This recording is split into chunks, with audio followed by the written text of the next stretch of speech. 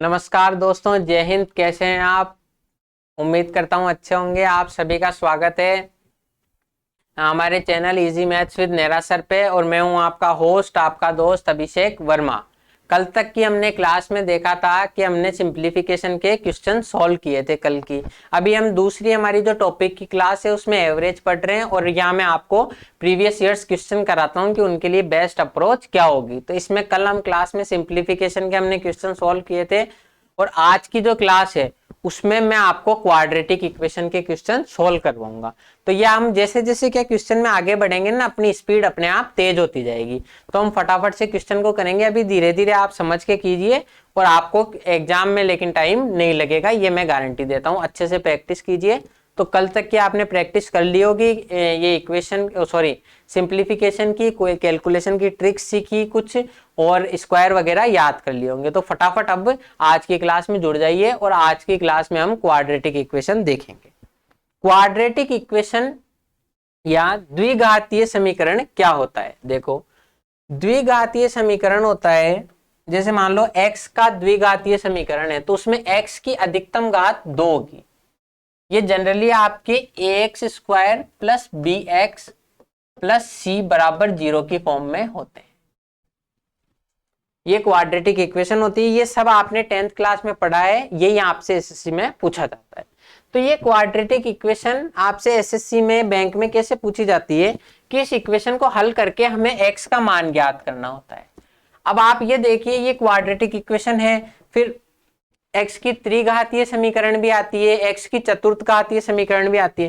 तो जब x की एक घातीय रेखीय समीकरण होती है तो जितनी अधिकतम घात है उतने ही x के मान होते हैं। जैसे x का मान अगर अधिकतम 1 है, यहाँ पे x की अधिकतम घात 1 है तो x का 1 मान आएगा। जब द्विघातीय समीकरण होती है, क्वाड्रेटिक इक्वेशन होती है, तो x की अधिकतम घात 2 है तो x के 2 मान प्राप्त होते हैं उसको हल करने से। त्रिघातीय समीकरण होती है तो x के 3 मान प्राप्त होते हैं। तो यहाँ पे क्या करवाते हैं, आपसे एक इक्वेशन दी जाती है और उस इक्वेशन से आपको हल करवा के x का मान ज्ञात करना होता है। जैसे ये क्वेश्चन है, इसमें एक इक्वेशन दी हुई है x की द्विघातीय समीकरण और एक दी हुई है y की द्विघातीय समीकरण। इन दोनों को हल करके अब यहाँ पे आपसे x और y के मान नहीं पूछे, ये सब बैंक में आता है जनरली क्वेश्चन। तो इसमें आपसे x और y के मान नहीं पूछे जाते, जबकि आपको ये संबंध स्थापित करना होता है कि x y से बड़ा है, x y से छोटा है, एक्स वाई के बराबर है, या relationship can not be established. मतलब आप पूर्णतया श्योर नहीं हो, पूर्णतया आपको पता नहीं है, कंफर्म नहीं हो दोनों मान को देखते हुए कि ये एक्स को हम बड़ा कहें या छोटा कहें। तो आपको सी ऑप्शन करना है। यदि एक्स का मान वाई से बड़ा है और बराबर है तो डी ऑप्शन, और एक्स का मान वाई से छोटा है या बराबर है तो ई ऑप्शन। तो यह आपको कैसे पता पड़ेगा? जब आप ये क्वाड्रेटिक इक्वेशन सॉल्व करोगे और सॉल्व करके एक्स और वाई का मान निकालोगे। अब देखो ये इक्वेशन सॉल्व कैसे करते हैं ये हम यहाँ देखेंगे। ये आपने सभी ने 10th क्लास में तरीका पढ़ा होगा कि जैसे ये क्वाड्रेटिक इक्वेशन सॉल्व करनी है। जैसे मैं इसको आपको यहाँ पर थोड़ा सा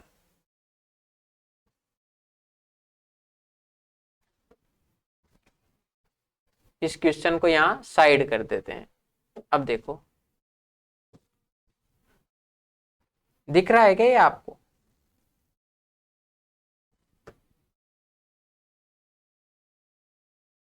अब ये देखो दिख रहा है। तो इस तरीके से हम इसको क्वाड्रेटिक इक्वेशन को कैसे सॉल्व करते हैं। एक तो आपका होता है रेगुलर मेथड। ये आपने देखा होगा कि जैसे ये इक्वेशन है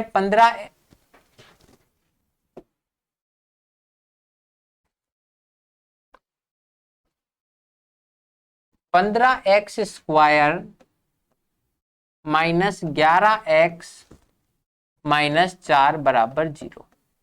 तो ये क्वाड्रेटिक इक्वेशन को हल करने का आपने एक रेगुलर मेथड आपने क्लास में पढ़ा होगा कि आपको क्या करना होता है, इन दोनों को गुणा करना होता है। जैसे यहां पर करोगे तो 15 इंटू 4 तो 15 चौक 60 होता है आपके। 15 इंटू 4 15 चौक 60 होता है। तो अब आपको x के ऐसे दो मान खोजने हैं जिनको गुणा करने पर तो 60 है और जोड़ने या घटाने पर ये 11 है। इस तरीके से हमने सभी ने ये पढ़ा है कि x के इन दोनों को गुणा कीजिए, ये जो भी दो मान है, एक तो एक्स स्क्वायर का गुणांक और एक जो रेखीय गुणांक होता है जहां x का मान कुछ नहीं होता है, x का 0 होता है, x की पावर, तो उन दोनों को गुणा करो और जो गुणा करने पे आता है, जैसे 60 है, 60 आ रहा है, तो आपको x का ऐसा मान ढूंढना है जिनको या तो दो ऐसे मान, x के दो मान जिनको या तो जोड़ने पर या घटाने पर, जोड़ने या घटाने पर x का जो जोड़ने या घटाने पर मान 11 आ जाए। तो अब ये देखो, ये आपको ऐसे मान जनरली आपसे बहुत बड़े बड़ी इक्वेशन नहीं पूछता है, एक श्रीधराचार्य सूत्र भी होता है जिसकी सहायता से हम इसको x को हल कर सकते हैं, वो भी मैं आपको पढ़ाऊंगा, धीरे धीरे चीजों को सीखेंगे। तो ये जैसे 15x square minus 11x minus 4 है, तो इस क्वेश्चन को हम कैसे सोल्व करेंगे? तो इसके लिए क्या होता है, आपको 15 और 4 को गुणा करना है। अब मैं आपको ये भी बताऊंगा कब जोड़ने पर आएगा और कब घटाने पर आएगा। 15 और 4 को गुणा किया तो 60 आ गया आपके साथ। अब आपको 60 के ऐसे मान ढूंढने जिसको जोड़ने या घटाने पर आपके ये आए, तो अब आप 60 के ये कर लीजिए, या 2 का भाग देंगे तो 30, 2 का भाग दिया तो 15, 3 का भाग दिया तो 5 और 5 का भाग दिया तो 1, ये एक बार जाएगा। अब मैं आपको बार बार ये चीजें नहीं बताऊंगा, ये बहुत बेसिक तरीका है, ऐसे ही हम पढ़ाने लगे तो सिलेक्शन नहीं होंगे। एक बार समझ लीजिए, इस 60 के फैक्टर क्या होते हैं, 60 और 1 क्या जोड़ने और घटाने पर आ रहा है? नहीं। 2 और 30 जोड़ने पर 32, घटाने पर 28 नहीं आ रहा। 2 दूनी 4 और 15, तो 15 को जोड़ने पर आ रहा है 19, घटाने पर आ रहा है 11। तो ये हो सकता है और यही होगा। इसके बाद और देखते हैं क्या औरों को आ रहा है कुछ। फिर उसके बाद में जाएगा 2 दूनी 4, 4 दिया 12, 12 और 5, ये आपके इक्वेशन में मान बनेंगे। तो 15 और 4 को हमें पता है घटाने पर आ रहा है। अब आपको ये कैसे पता पड़ेगा कि जोड़ने पर आ रहा है या घटाने पर? अब ये भी देखो, यहां पर 15 और ये एक गुणांक -4 है, इसका मतलब 15 इंटू -4 होगा तो -60 आएगा। अब जब यहाँ पे माइनस आ गया, माइनस आने का सिर्फ एक मतलब है, x का मान एक तो प्लस में होगा, एक तो पॉजिटिव होगा और एक x का मान नेगेटिव होगा, तभी उन दोनों को गुणा करने पर माइनस में आएगा। तो कभी भी इन दोनों को गुणा करने पर अगर माइनस में आता है तो x का मान एक पॉजिटिव होगा और एक नेगेटिव होगा, एक पॉजिटिव होगा एक नेगेटिव होगा, तो एक में से दूसरा मान घटेगा। यही इसकी जगह अगर मान लो प्लस का 60 आ जाता, तो या तो दोनों मान x के पॉजिटिव होंगे तब प्लस प्लस गुणा होने पे प्लस आएगा, या x के दोनों मान ही नेगेटिव होंगे तब नेगेटिव नेगेटिव पॉजिटिव होएगा। तो यह आपकी संभावनाएं बन सकती है। तो यहाँ पे आप देख के बता सकते हो कि एक मान नेगेटिव है, x का मान नेगेटिव है, तो एक मान पॉजिटिव आएगा और एक मान नेगेटिव आएगा। अब हमने देखा था 15 और 4 है, तो 15 में से 4 घटाने पर 11 आता है। अब ये भी आपको पता करना है कि 15 प्लस का होगा या तो 15 प्लस का होगा और 4 माइनस का होगा, तो गुणा करने पर माइनस का 60 आएगा, या 15 माइनस का होगा और 4 प्लस का होगा तो गुणा करने पर माइनस का 60 आएगा। अब यहाँ पे देखो, इसमें अगर आपके जो ये इसका चिन्ह है वो नेगेटिव है, इसका मतलब जो बड़ी संख्या होगी वो नेगेटिव होगी, उसमें से छोटी संख्या पॉजिटिव घटेगी, तो फाइनल आंसर आपका नेगेटिव आएगा। अगर ये मान लो प्लस में होता तो बड़ी संख्या पॉजिटिव होगी और छोटी संख्या नेगेटिव होगी, तब ये घटाने पर आपका मान प्लस में आएगा। अब यहाँ पर देखो, तो हम दोनों ही केस लेते हैं, ये 11 माइनस का है तो माइनस का 15 होगा क्योंकि नेगेटिव है, तो बड़ी संख्या नेगेटिव होगी तो 15 नेगेटिव होगी और 4 पॉजिटिव होगी, तो 15 में से 4 घटेगा तो माइनस का 11 आएगा। यही अगर ये प्लस का 11 होता मान लो, तो 15 पॉजिटिव और 4 नेगेटिव, 15 में से 4 घटाने पर प्लस का 11 आ जाएगा। ये चीज आई या नहीं आई समझ? तो आप यहाँ से हल करके ये देख चुके हो, लेकिन इतना टाइम आपको एग्जाम में नहीं मिलेगा। मैं बता रहा हूँ आपको, फटाफट देखते ही पता पड़ना चाहिए कि 15 चौक 60 है और 15 में से 4 घटाने पर ही 11 आएगा। तो बस डायरेक्ट इसको ऐसे लिखो, 15 का square minus 15x plus 4x minus 4 बराबर 0। ये मैं आपको अभी समझा रहा हूँ, बार बार इतना डीप में नहीं समझाऊंगा, ऐसे सिलेक्शन नहीं होगा, आपका सिलेबस पूरा नहीं होगा। थोड़ा सा खुद चीजों को समझने की कोशिश कीजिए, खुद प्रैक्टिस कीजिए। अब इसमें से 15x कॉमन आ रहा है दोनों में से, इधर बचेगा x की पावर 1 कॉमन ले ली तो एक x की पावर बच जाएगी और 15x चल गया तो माइनस का 1। इन दोनों में से 4 कॉमन आ रहा है, x माइनस 1 बराबर 0। x माइनस 1 यहाँ दोनों में से कॉमन आ रहा है, x माइनस 1 और ये 15x प्लस 4 बराबर। अब यहाँ पर x के दो तरीके, ये जीरो कब होगा, या तो ये x प्लस 1 जीरो होगा या 15x प्लस 4 जीरो होगा, दोनों में से कोई एक मान जीरो होगा, तब x का ये इन दोनों का गुणनफल जीरो आएगा। तो अगर x माइनस 1 बराबर जीरो होगा, x का मान कितना हो गया 1, 15x प्लस 4 जीरो होगा, तो x 15x का मान हो गया माइनस का 4 और x का मान हो गया आपके सामने माइनस का 4/। इस तरीके से इस इक्वेशन को हल किया जाता है। तो हल करके आपके x का मान 2 मान प्राप्त हो गए। तो इसको एक बार फटाफट से उतार लीजिए, फिर मैं इसको इरेज करके y वाली इक्वेशन सॉल्व करवाऊंगा। एक बार दोबारा समझ लीजिए, देखो कि 15 और 4 को गुणा करेंगे तो 60 आएगा। तो ऐसे 60 के ऐसे दो गुणनखंड ढूंढने जिसमें जोड़ने या घटाने पर 11 आता हो, माइनस का चिन्ह तो घटाने पर आना चाहिए, तो माइनस 15 और 4 हो जाएंगे। 15x यहाँ पे 15 और 4 लिख देंगे, 15x common, x minus 1 4 common ले लेंगे, x minus 1, x minus 1 common आ जाएगा 15x प्लस 4, x माइनस 1 बराबर 0 हुआ तो x का मान 1 और x का मान 15x प्लस 4 0 हुआ तो x का मान माइनस का 4/15। अब देखो यहाँ पे हमने हल करके x के 2 मान निकाल लिए, ठीक है। अब देखो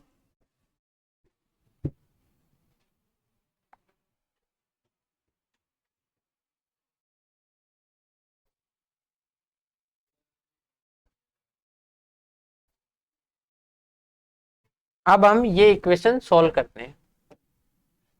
y square plus 17y plus 72 बराबर यही है ना।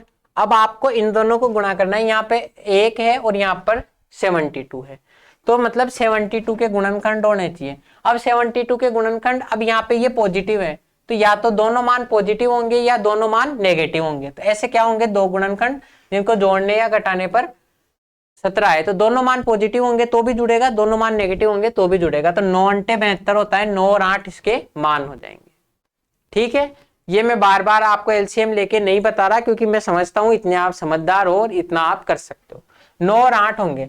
अब ये देखो ये पॉजिटिव है, तो अगर ये माइनस का 9 होता और माइनस का 8 होता तो जोड़ने पर माइनस का 17 आता। प्लस का 9 है, प्लस का 8 है, तो जोड़ने पर 17 आएगा। अब आपको इसका चिन्ह देखकर पता पड़ेगा कि दोनों मान पॉजिटिव है या नेगेटिव। वहीं इसका चिन्ह देखकर पता पड़ेगा कि आपके दोनों मान या तो पॉजिटिव होंगे या दोनों मान नेगेटिव होंगे। तो ये प्लस का है तो दोनों मान पॉजिटिव होंगे, तो इसका मतलब y square plus 9y plus 8y plus 72 बराबर 0। y कॉमन ले लेंगे इसमें से तो y प्लस 9 प्लस 8 कॉमन ले लेंगे इसमें से तो y प्लस बराबर, ठीक है। अब ये y प्लस 9 जो है ये दोनों में से कॉमन आ जाएगा और ये इधर से बचेगा y प्लस इधर से बचेगा 8 बराबर 0। अब इसका मैंने आपको बताया था कि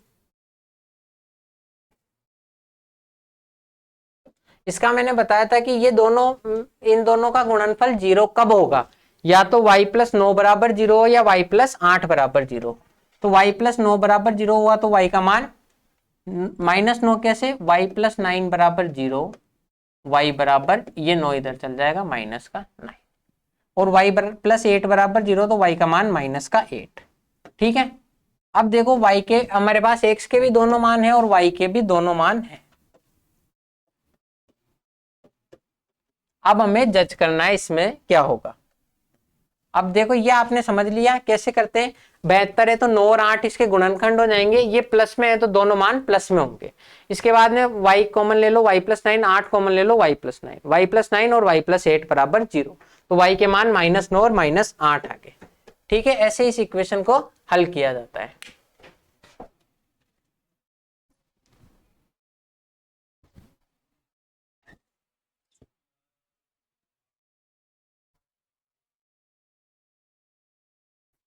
ठीक है, अब आपके पास y के मान आ गए। अब आप देखो, आपने ये नंबर लाइन पढ़ी होगी, ये जैसे 0 है और इसके दोनों तरफ नंबर लाइन चलती है। ये 0 है तो इधर तो आते हैं प्लस के मान 1 2 3 4 5 डॉट डॉट या अनंत तक जारी है। इधर आते हैं -1, -2, -3, -4 और -5। ये चीज आई या नहीं आई समझ में? तो माइनस में कोई संख्या जितनी बड़ी होती है वो एक्चुअल में उतनी ही छोटी होती है। ये आपको पता होगा कि -1 जो है -2 से बड़ा है।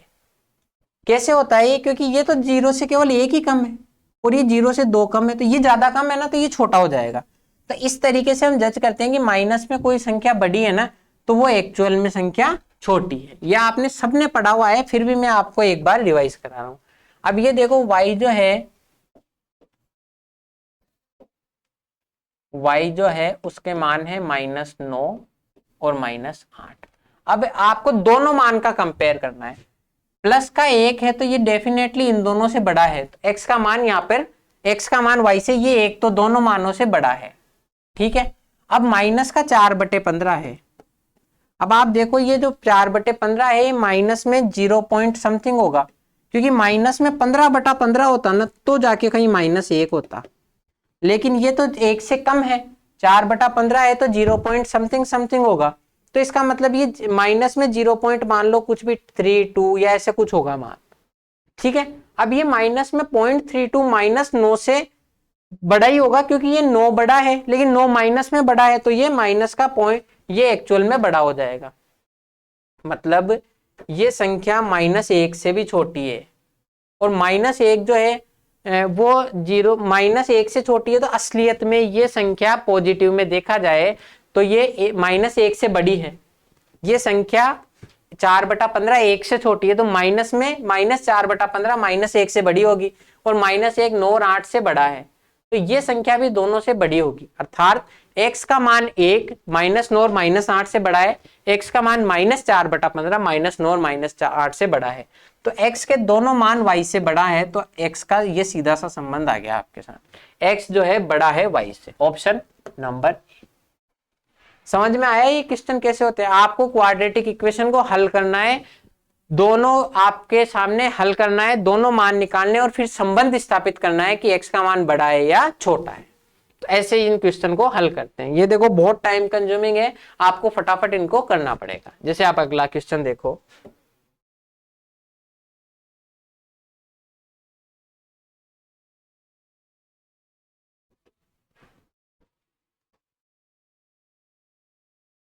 देखो ये आपको इक्वेशन दी हुई है 4x² - 9x + 10 = 5। अब अपन को देखो फटाफट करना है, तो 10 = 5 है, ये 10 इधर आएगा तो माइनस का हो जाएगा, +10 - 5 = 0। ये यहाँ पे लिख देता हूँ, +10 - 5 = 0। 10 में से 5 गया तो 4x² - 9x + 5 = 0। ये हमारी इक्वेशन होगी, ठीक है।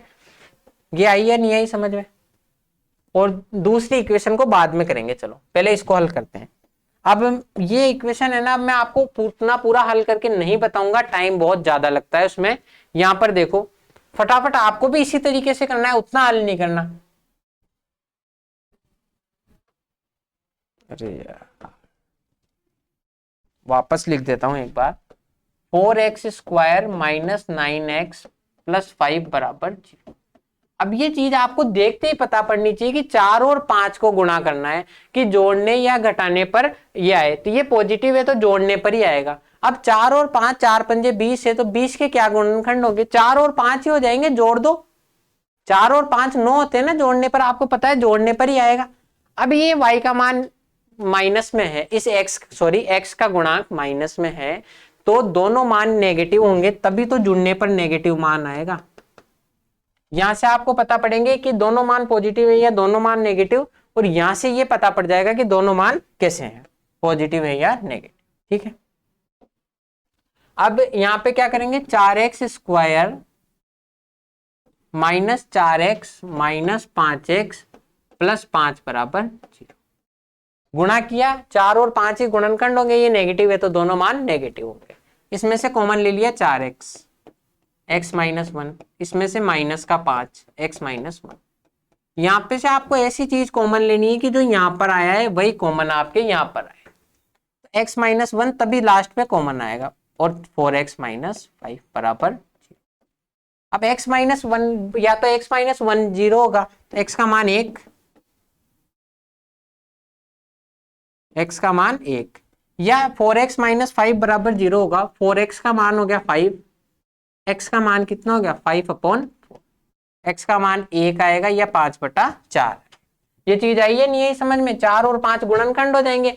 अब आपको स्पीड डेवलप करनी है, फटाफट देखो कि 4 पंजे 20, तो गुणनखंड 4 और 5 हो जाएंगे, दोनों मान नेगेटिव होंगे। अब दोनों मान नेगेटिव हैं तो इतना आपको एग्जाम में नहीं करना पड़ेगा, थोड़ी सी प्रैक्टिस कीजिए कि 4x और डायरेक्ट यहाँ पे x माइनस वन, यहाँ पे दिखते ही x माइनस वन कॉमन ले लो और 4x माइनस 5 लिख दो, तो x का मान आपके सामने 1 और 5/4।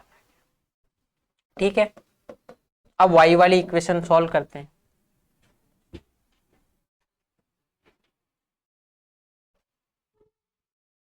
y की इक्वेशन है 4y square minus 2y plus, sorry minus है, माइनस 20 बराबर 0। अब इसको हम यहां से भी सोल्व कर सकते हैं, लेकिन आपने गणित पढ़ी है, थोड़ा सा देखा होगा कि इस पूरी संख्या में 2 कॉमन आ रहा है, इस पूरी बहुपद में 2 कॉमन आ रहा है, पूरे समीकरण में 2 कॉमन आ रहा है, तो 2 कॉमन ले लो। 2y square minus y minus 10 बराबर 0।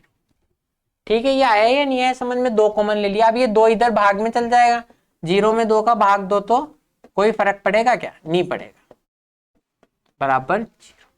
ठीक है, अब या इस समीकरण को मैं हल करूं या इसको हल करूं, दोनों का मान एक ही है, इसी समीकरण को दोनों तरफ 2 से गुणा कर दो, समीकरण ये बन जाएगी। अब आपको ये समीकरण हल करनी है। अब 2 पर ये है 2 इंटू 10 तो 20 होगा माइनस का। अब माइनस का 20 है, ये माइनस का आगे, इसका मतलब एक मान पॉजिटिव आएगा और एक मान नेगेटिव आएगा, मतलब घटाने पर 1 आना चाहिए।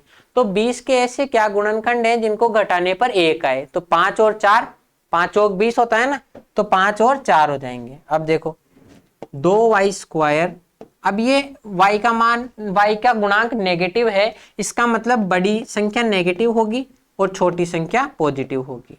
ठीक है, तो -5 और प्लस का 4 हो जाएगा। इनमें से केवल y कॉमन आ रहा है तो 2y माइनस 5, यहां पर से 2 कॉमन आ रहा है तो 2y माइनस 5 बराबर 0। अब इधर देखो 2y माइनस 5 दोनों में से कॉमन आ जाएगा, ये y प्लस 2 बराबर, अब y का मान अगर 2y माइनस 5 बराबर 0 होता है तो 2y का मान हो जाएगा 5 और y का मान हो जाएगा 5/2। y प्लस 2 बराबर 0 होता है तो y का मान हो जाएगा माइनस का 2। अब इस इक्वेशन को देखो, आपने 2 कॉमन लेके काट दिया, 2y square minus y minus 10 बराबर 0। 2 और 10 है तो माइनस का 20 होगा, मतलब एक मान पॉजिटिव एक मान नेगेटिव, अंतर 1 का है तो -5 और प्लस का 4। यहां से y कॉमन ले लो, यहां से 2 कॉमन ले लो, 2y माइनस 5 और y प्लस 2 बराबर 0, तो y का मान आ गया 5/2 और 2। अब यहां से हमने y का मान निकाल लिया 5/2 और माइनस का 2। ठीक है, अब हमने यहाँ पे मान निकाल लिया, अब हमें सिर्फ तुलना करनी है कि कौन सा मान बड़ा है और कौन सा मान छोटा है। तो ये तुलना मैं आपको करके बता देता हूं कैसे ये तुलना करनी है। ठीक है, तो ये अब हम तुलना करते हैं। ठीक है, हाँ तो दोस्तों अब हमें इसकी तुलना करनी है। अब देखो ये एक है, अब हम दोनों की बारी बारी से तुलना करते हैं। x बराबर 1 है और y बराबर 2 है, ये y का मान नेगेटिव है तो इसका मतलब x के दोनों मान इस y से बड़े होंगे। ये चीजें यहाँ पे आई है नहीं है समझ में, इस y बराबर -2 के लिए x के दोनों मान y से बड़े होंगे। अब देखो ये y बराबर 5/2 है, 5/2 का मतलब होता है 5/2 का मतलब है 2.5, और यहाँ x का मान है 1 तो 1, यहाँ x का मान है 1 तो 1 और 1 5/4 मतलब 1.25। अब इन दोनों ही मानों से y का मान बड़ा है तो y यहाँ पे बढ़ा गया x से। अब आप एक तरफ तो कह रहे हो x का मान y से बड़ा है और एक तरफ कह रहे हो y का मान x से बड़ा है, तो ये दोनों चीजें संबंध यहाँ पे दोनों का कोई भी ऑप्शन नहीं है, तो यहाँ पे ये देखो आपको क्या दिया हुआ है, x बराबर y, या तो x बराबर y होता है या the relationship can not be established, मतलब आप बता नहीं सकते फाइनली कि x y से बड़ा है या y x से बड़ा है। तो अगर आप बता नहीं पा रहे हो तो ऑप्शन सी आपका राइट आंसर हो जाएगा। ठीक है, हमको क्या करना है, क्वाड्रेटिक इक्वेशन को हल करनी है और तुलना करनी है। अब ये वाला मान y का इन दोनों से बड़ा है तो y बड़ा हो गया x से, लेकिन ये वाला y का मान इन दोनों से ही छोटा है तो x बड़ा हो गया y से। तो अब आप बता नहीं सकते तो आप सी ऑप्शन टिक करेंगे कि x बराबर y, the relationship can not be established. ठीक है, आया समझ में। तो अब हम अगले सवाल की तरफ बढ़ते हैं, फटाफट से इन सवालों को करेंगे। अरे सॉरी हाँ, तो इन सवालों को फटाफट से करेंगे और आपका आगे बढ़ते जाएंगे। और इनकी मैं सबके आपको जो लिस्ट पीडीएफ है वो टेलीग्राम पे भी प्रोवाइड करा दूंगा, तो टेलीग्राम पे भी हमारे चैनल से जुड़ जाइए। और अगर वीडियो आपको अच्छी लग रही है, मैं ये नहीं कह रहा आप ऐसे ही लाइक कीजिए, वीडियो अच्छी लग रही है, कंटेंट अच्छा लग रहा है तो फटाफट से लाइक ठोक दो, लाइक ठोक दो फटाफट से, और बढ़िया से पढ़ते रहो, नोट्स बनाते रहो। अब देखो ये क्वेश्चन है, इसमें x का मान दिया हुआ है x square minus 5x minus 14 बराबर 0। अब 14 है और 14 का मान नेगेटिव है, मतलब घटाने पर आएगा, एक मान पॉजिटिव आएगा, एक मान नेगेटिव आएगा। 14 के क्या गुणनखंड होते हैं, 7 और 2, 14 और 1, बस यही तो 4 गुणनखंड होते हैं। तो 14 का मान है तो 7 और 2 को घटाने पर 5 आता है। अब 5 का मान नेगेटिव है तो बड़ा मान जो होगा 7 वो नेगेटिव होगा, छोटा मान 2 पॉजिटिव होगा। ठीक है, अब इसमें से x कॉमन ले लो, x माइनस 7, इसमें से 2 कॉमन ले लो, x माइनस 7 बराबर 0। x माइनस 7 पूरे में से कॉमन आ जाएगा और x प्लस 2 यहां से आ जाएगा। ठीक है, x माइनस 7 बराबर 0, तो x का मान 7, x प्लस 2 बराबर 0, x का मान माइनस 2। तो x के मान हम यहाँ पे लिख देंगे 7 और माइनस का 2। समझ में आया।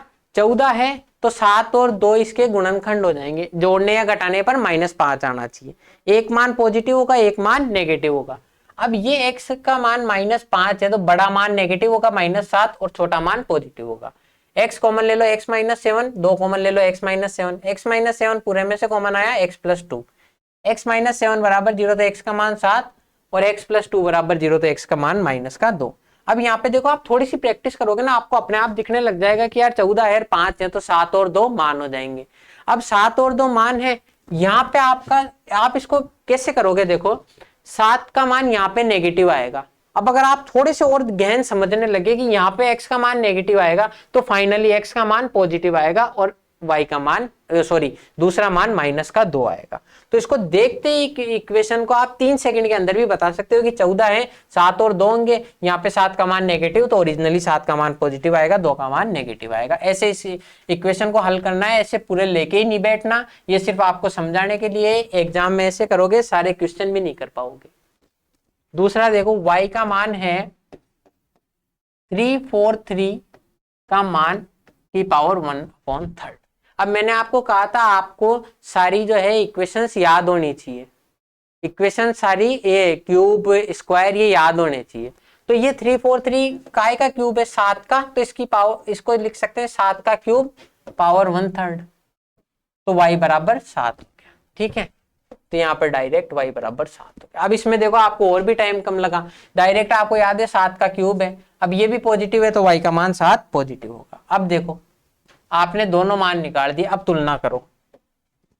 ये x का मान 7 जो है y के मान 7 के बराबर है तो x बराबर y आ गया, लेकिन x का मान -2 जो है y के मान 7 से छोटा है तो x लेस देन y आ गया। अब यहाँ पर देखो इसका मतलब है केवल x y से बड़ा है, इसका मतलब है केवल x y से छोटा है। इसका मतलब है कि आप बता नहीं सकते, या तो दोनों बराबर हैं या दूसरा आप बता नहीं सकते। या यहाँ पे क्या दिया हुआ है, x का मान y से बड़ा है और बराबर है, ये चिन्ह तो आते हैं ना आपको, किसका मतलब है x का मान या तो y से बड़ा है या y के बराबर है। इसमें क्या है, x less than equal y में x का मान या तो y से छोटा है या x का मान y के बराबर है। अब यहाँ देखो एक तो x का मान y के बराबर है और एक x का मान y से छोटा है, मतलब x is less than equal to y, तो आपके ऑप्शन ए आपका सही आंसर हो जाएगा। कुछ नहीं करना, क्वाड्रेटिक इक्वेशन फटाफट सॉल्व करनी है और ये देखना है कि आपको संबंध कौन सा मिला है। तो ये इस तरीके से हम क्वाड्रेटिक इक्वेशन आपकी सॉल्व करेंगे और फटाफट से इन क्वेश्चंस को करेंगे। तो इसी तरह के आपको मजेदार कंसेप्ट जानने, नए नए तरीके सीखने तो हमारे चैनल को सब्सक्राइब कीजिए। और आज की वीडियो में इतना ही। अब मैं आपसे जल्द मिलूंगा अगली वीडियो में, तब तक के लिए धन्यवाद। जय हिंद, थैंक यू।